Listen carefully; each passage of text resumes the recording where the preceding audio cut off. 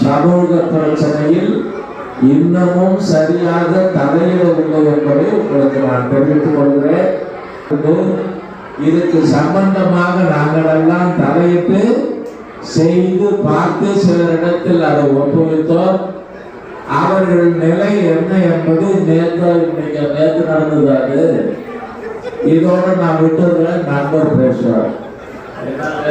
உணர்வுபூர்வமான மனிதர் அவர் இன்று பேசுகிறார்.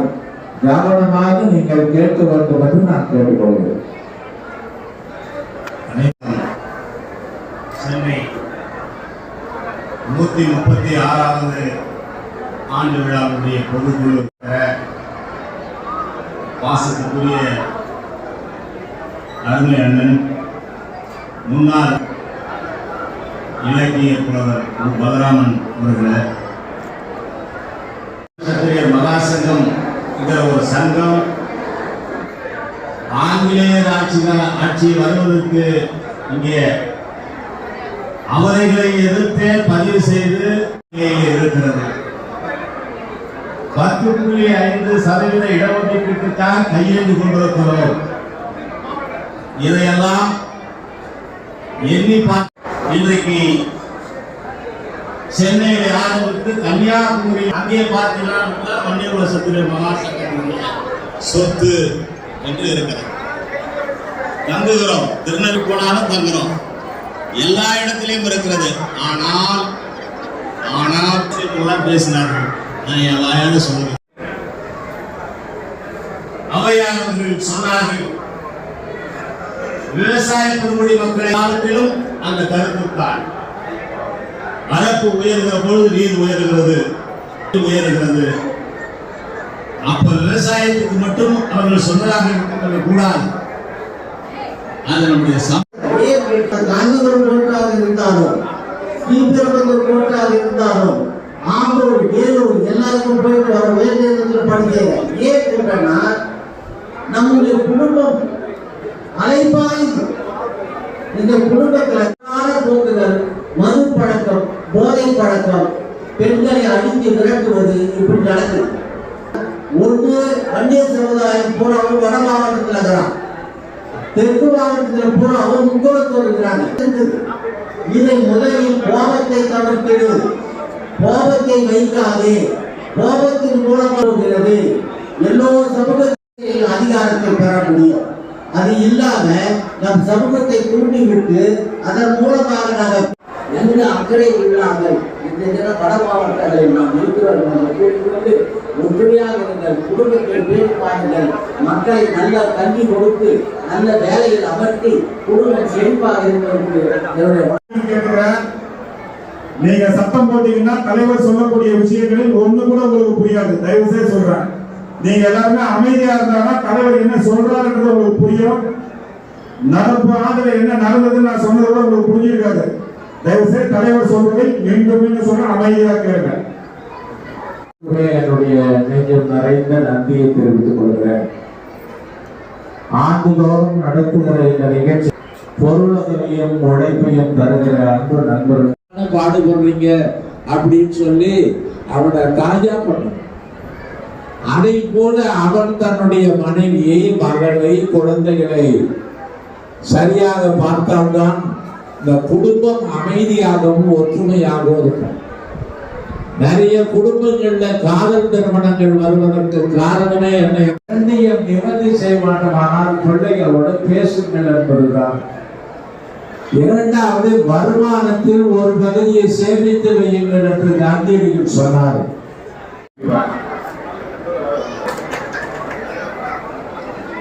பி. பன்னீர்செல்வம் காஞ்சி துணைத் தலைவர் அவர்களுக்கு, கே. ராமமூர்த்தி ஓபிசி காஞ்சி, கோபி பழனி தலைமை ஆசிரியர் அவர்கள்,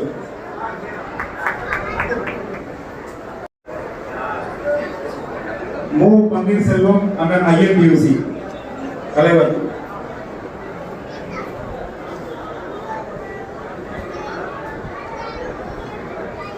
எல்.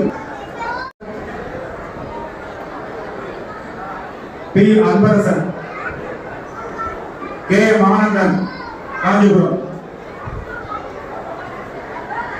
கே ரமேஷ் கனிமுத்து, திருக்கழுக்குன்றம் மாவட்ட councillor. T Vinayagam, Kanchipuram. P Karthikeyan, Mullai சக்தி.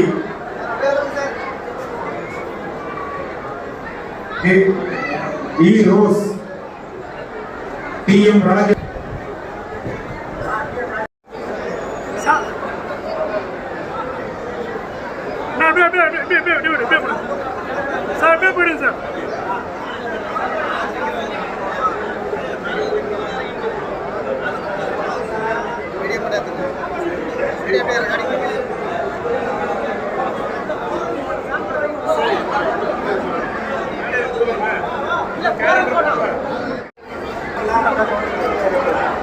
சாலை வாங்கியவர்கள் அப்படியே வேலையிலிருந்து இறங்கி மீண்டும் இங்கே அமர்ந்திருக்கிறீர்களோ அங்கே அமர்படி கேட்டுக்கொள்கிறேன்.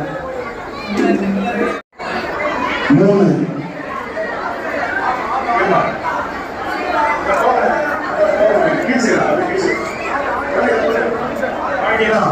சைடா போய் உங்க சீட்ல உட்காந்துருக்குமா? இந்த 10 புடவை வாங்கினவங்க சைடா போய் உங்க சீட்ல உட்காந்துருங்க. அப்படியே ஐயா கிட்ட புடவை வாங்கினவங்க சைடா போய் எந்த சீட்ல நீங்க உட்காந்தீங்களோ அங்கேயே உட்காந்துடணும். அடுத்த 10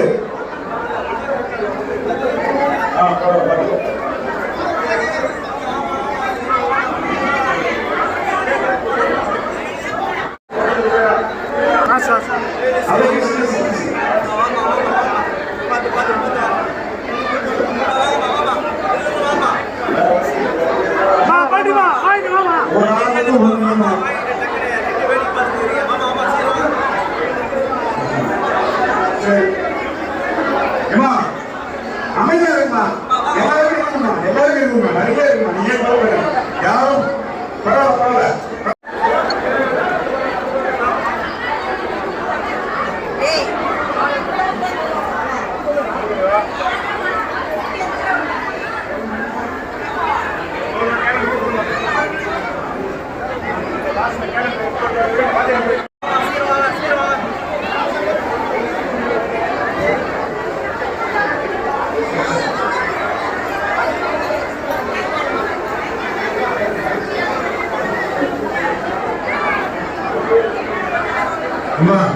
சத்தம் போடாதீங்கம்மா, அமைதியா இருக்குமா? எல்லாருக்குமே இருக்குமா? ஏமா நம்ம இது பண்றதா?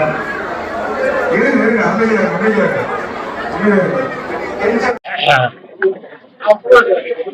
அரசுக்காக சில குறிப்புகள் மட்டுமே நான் சொல்ல விரும்புகிறேன். தமிழகத்தில் பல்வேறு மாநிலங்களில் ஜாதிவாரி கணக்கெடுப்பு நடத்தப்பட்டு வருகிறது. சமூக நீதி மண்ணான தமிழ்நாட்டில் இடஒதுக்கீட்டை நிலை நிறுத்திட தமிழ்நாடு அரசே ஜாதிவாரி கணக்கெடுப்பு நடத்தி வன்னியர் மற்றும் இதர மக்களுக்கு சமூக நீதியை நிலைநாட்ட வேண்டும் என இப்பொதுக்குழு தீர்மானமாக நிறைவேற்றுகிறது.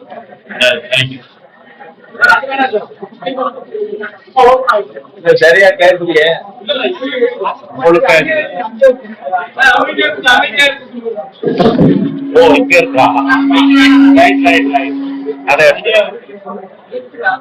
இரண்டாவது, தமிழ்நாட்டின் சங்கங்கள் பதிவு செய்து கண்காணிக்க தமிழ்நாடு சங்கங்கள் பதிவு சட்டம் 1975 இருக்கிறது. அதே வேளையில் பொது அறக்கட்டளைகளை பதிவு செய்து மேற்பார்வையிட முறையான சட்டம் இல்லாததால் அறக்கட்டளைகளை பதிவு செய்து மேற்பார்வையிட பொது அறக்கட்டளை பதிவு செய்து மேற்பார்வையிட முறையான சட்டம் இல்லாததால் மாண்புமிகு உயர்நீதிமன்றம் பொது அறக்கட்டளைக்கான சட்டம் இயற்ற தமிழ்நாடு அரசை 2018ஆம் ஆண்டு அறிவுறுத்தியது. அந்த அறிவுறுத்தலின் பேரில் தமிழக அரசு வன்னியர்களுக்கு ஒன்றும் மற்றவர்களுக்கு ஒன்றும் என இருவேறு சட்டங்கள் நிறைவேற்றியது. எனவே தமிழக அரசு கொண்டு வந்து திரும்பப் பெற்ற தமிழ்நாடு பொது அறக்கட்டளைகள் சட்டம் 2020 மீண்டும் கொண்டு வந்து அதில் வன்னியர்களின் பொது அறக்கட்டளைகளையும் சேர்க்க வேண்டும் என இப்பொதுக்குழு கேட்டுக் கொள்கிறது. 3. தமிழ்நாட்டின் பல்வேறு சமுதாயங்கள் ஒற்றுமையாக வாழ்ந்து வரும் நிலையில் முந்தைய அரசு வன்னியரின் அறக்கட்டளைகளில் மட்டும் தலையிடும் வகையில் தமிழ்நாடு வன்னியகுல சத்திரியர் பொது நிலை பொறுப்பு ஆட்சிகள் மற்றும் நிலை கொலைகள் சட்டம் 2018 போட்டு வாரியம் அமைத்து அதை எதிர்த்து வன்னியர்கள் போராடி வரும் நிலையில் சட்டத்தில் உள்ள விதிகளை மீறி தமிழ்நாடு சங்கங்கள் பதிவு 1975 பதிவு செய்யப்பட்ட சங்கங்களின் நிர்வாகத்திலும் ஒதுக்கீடு செய்கிறார்கள். அறக்கட்டளைகளுக்கு போன்ற சட்டத்தை சங்கங்கள் மீது தவறாக உபயோகித்து சங்க பொது சொத்துக்களை ஆக்கிரமிக்க முயல்கிறார்கள். சங்கங்களை உடைத்து போட்டி சங்கங்கள் ஏற்படுத்தி அவர்கள் மூலம் பொது சொத்துக்களில் தலையிட்டு அபகரிக்க முயற்சி செய்கிறார்கள். இதை பொதுக்குழு வன்மையாக கண்டிக்கும். அதேபோல் எங்கள் வன்னியகுல சத்திரிய மகா சங்கம் சென்னை சங்கத்தின் உள் விவகாரங்களில் தலையிடுகிறார். எங்கள் சங்கம் மாவட்ட பதிவாளர் அதிகாரத்தின் கீழ் வருகிறது. அதையும் மீறி இவர்களாகவே அந்த அதிகாரத்தை கையில் எடுக்கிறார். எனவே அதிகாரத்தை தவறாக பயன்படுத்தும் வாரிய நிர்வாகத்தின் மீது நடவடிக்கை எடுக்க வேண்டும். நீண்ட நாட்களாக புதுப்பிக்கப்படாமல் இருக்கும் மகா சங்கத்தை புதுப்பித்து உதவுமாறு அரசே பொதுக்குழு கேட்டுக் கொள்கிறது. குறிப்பாக சொல்ல வேண்டுமானால் அரசு இந்த சங்கங்கள் மற்ற எல்லா சமூகத்தினுடைய சங்கங்கள் விஷயங்களிலே சரியாக தலையிட்டு சட்டப்படியாக நடவடிக்கை எடுப்பதற்கு உதவ வேண்டும் என்று எங்கள் சங்கத்தின் இந்த பொதுக்குழுவின் சார்பில் கேட்டுக்கொள்கிறோம்.